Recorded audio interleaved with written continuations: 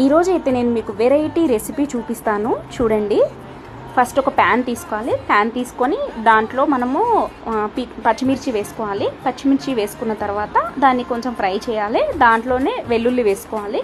వెల్లుల్లి వేసుకున్న తర్వాత ద మెయిన్ ఇంగ్రీడియంట్ మనకి ఏంటి అంటే కొంచెం చింతపండు వేసుకోవాలి. చింతపండు వేసుకున్న తర్వాత మనం వాటర్ మిలన్ తిన్నాక మిగిలింది పార్ట్ ఉంటుంది కదా అండి, గ్రీన్ కలర్ది. ఆ గ్రీన్ కలర్ మొత్తం తీసేసి కొంచెం వైట్ కలర్ పార్ట్ ఉంటుంది కదా, మనము రెడ్ కలర్ది తిన్న తర్వాత ఆ పార్ట్ మనం చిన్న చిన్న కట్ చేసుకొని వేసుకోవాలి. వేసుకున్న తర్వాత దాంట్లోనే నువ్వులు వేసుకోవాలి.